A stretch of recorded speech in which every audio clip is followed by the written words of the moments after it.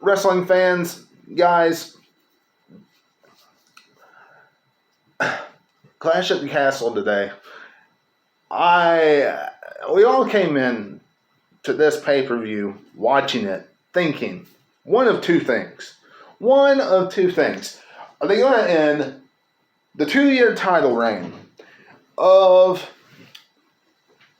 Roman Reigns, the Isle of Relevancy? Brock Lesnar took out Paul Heyman, the Usos taken out by Drew McIntyre.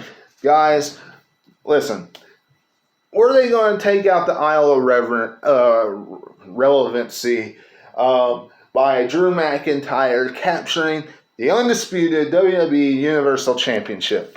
Or was Roman Reigns somehow, some way going to retain that title? Guys, I like that Solo Sikoa was brought up the way he did. I don't think that he's going to be that cog in the wheel, that person that gets overlooked, that really wasn't really ready. I don't think he's going to be that person at all. He'll be a great addition to the group. I really feel that way.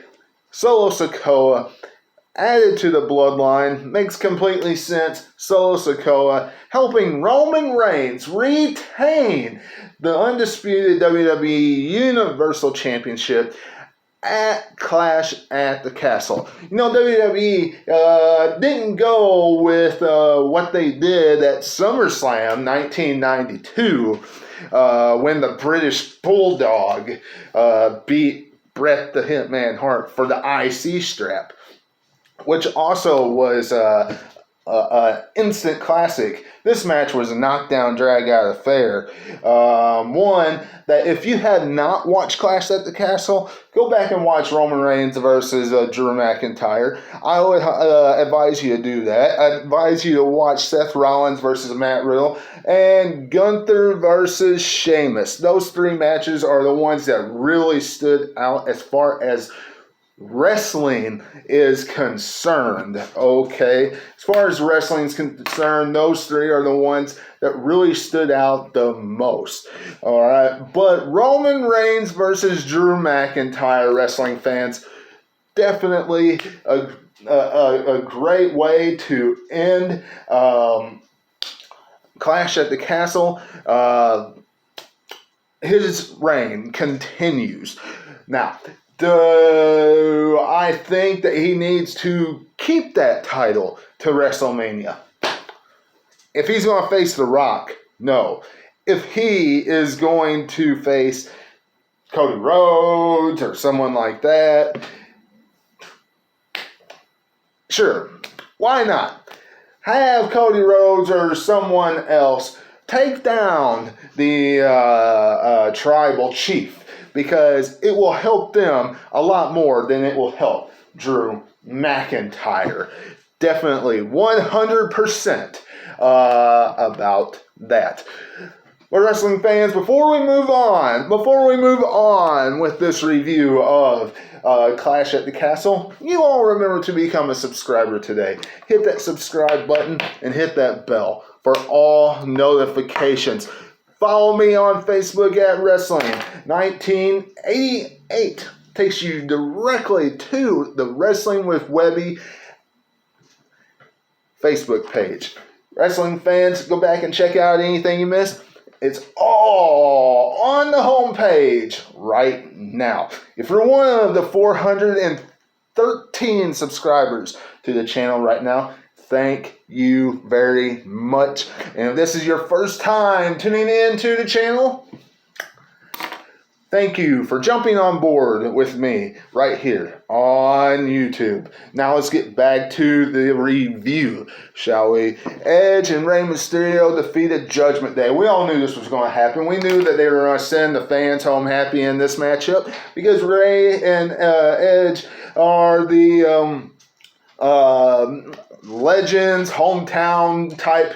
I wouldn't say hometown, but they are the legends in WWE, and that are a full-time wrestlers. So of course they're going to win. However, However, that's not the real talking point here. The real talking point here is Dominic Mysterio and how he low blow Edge and he clotheslined Rey Mysterio. I'm going to tell you, Dominic doing this made me happy. It put a big smile on my face. Listen, he is getting out of that Rey Mysterio umbrella. Now, does he go with Judgment Day come Monday on Raw? Remains to be seen, or does he just break out and stays by himself? We don't know. But one thing's for sure, he's by himself right now. He's getting out of that Rey Mysterio umbrella with his dad, and I'm happy about that. I don't think he needs to go down to NXT 2.0. I know some people say that he needs to keep him on the main roster, have him pick up some wins by himself, work on his own promo ability, have him do that. He'll be just fine. If he's with Judgment Day, he'll be able to get in some tag team action with,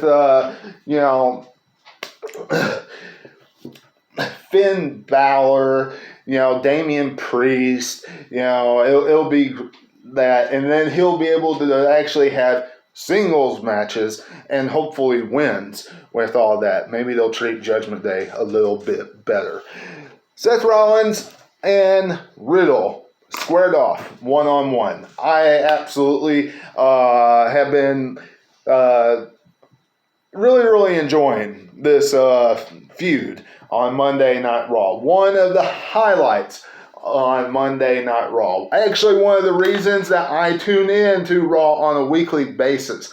One of those things that if I'm watching it on DVR, I don't just fast forward through. Some of that stuff I think we all do. But that is one part I definitely don't. And this matchup lived up to what they said it was going to be. It wasn't a lot of high-flying stuff. Didn't need to be. But it was a very good contest. I liked how Matt Riddle reversed the Falcon Arrow and that kind of stuff. It ended the way it should. Matt Riddle did lose, but he lost because of his anger that he was about to show, his aggression he was about to show on Seth Rollins, going to hit him with a steel chair. And then, of course, the curve stomp from the top rope. 1, 2, 3. Seth Rollins wins. Good contest. Nonetheless, this is not over. Seth Rollins and Riddle will face each other again, probably at Extreme Rules. And Matt Riddle will probably pick up the victory there. That's just my guess. Gunther versus Sheamus. Gunther versus Sheamus. Another matchup that probably is not done yet. A feud that's probably not done yet. I hope it's not done because this is also a matchup that did more than what I thought. This is a matchup, actually, that did more than what I thought it was going to do. Usually when they put these big men facing each other, it doesn't do much. Not saying that they're like these two are 300-pound men and stuff. But listen, Gunther facing, someone smaller, he can do more stuff with him. Sheamus facing someone smaller than him, he can do more stuff with him. Sheamus facing like somebody like Cesaro, he can do a lot of stuff with him. Gunther, I wasn't so sure about. These guys went out there, and I wasn't so sure about too because I thought, are they really going to have Gunther go out there and have like this really great contest? Or are they going to have Sheamus just get squashed? Because I wasn't sure how they were going to have Gunther looked at, yet. Because he hasn't been on the main roster too long. And he hasn't had that IC strap very long either.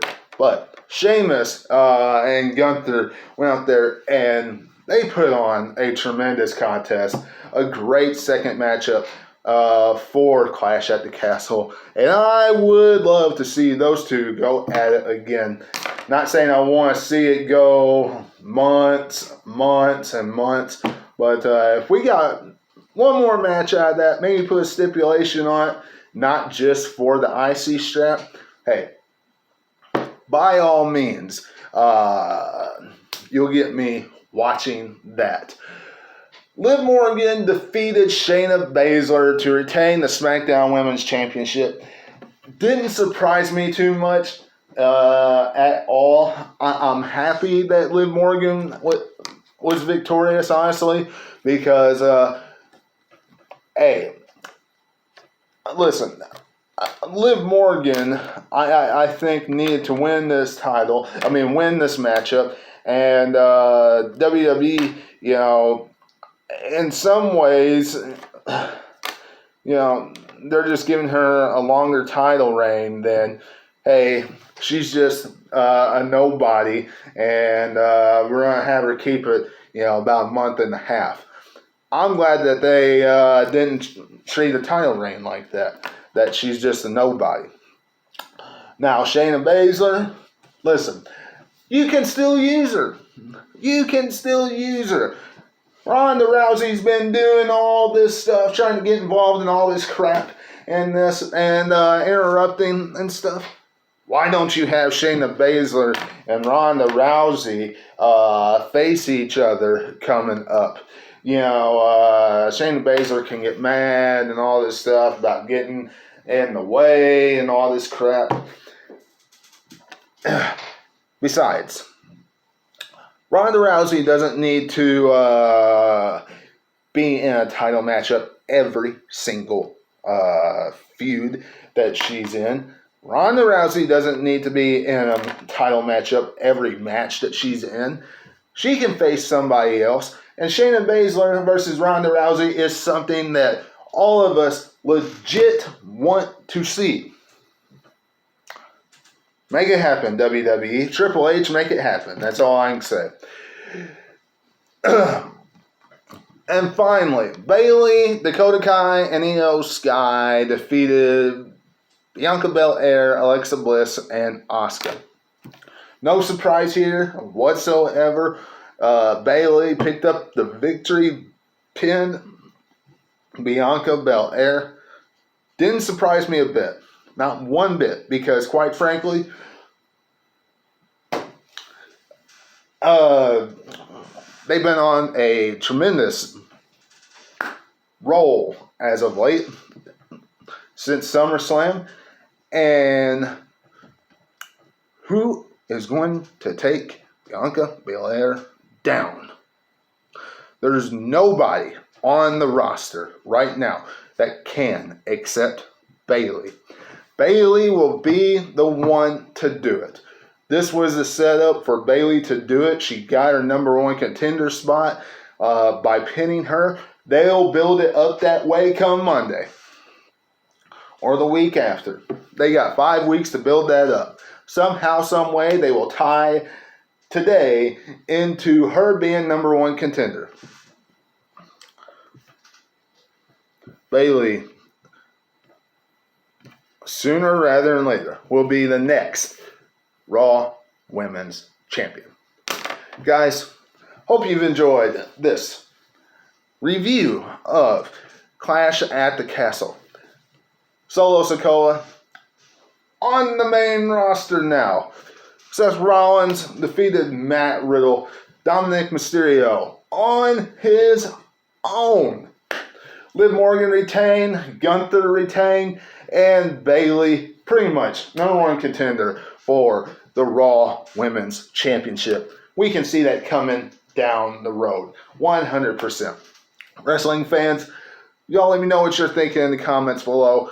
Let me know what you thought about the 2-year reign continuing in WWE. Let me know what you're thinking about WWE really going back to their usual of the hometown hero, the hometown boy, losing in front of his fans. So let me know what you're thinking about that. Along with everything else in the pay-per-view. But of course, until I see you again, this is Webby, and I'll catch all of you on the other side. Talk to you later.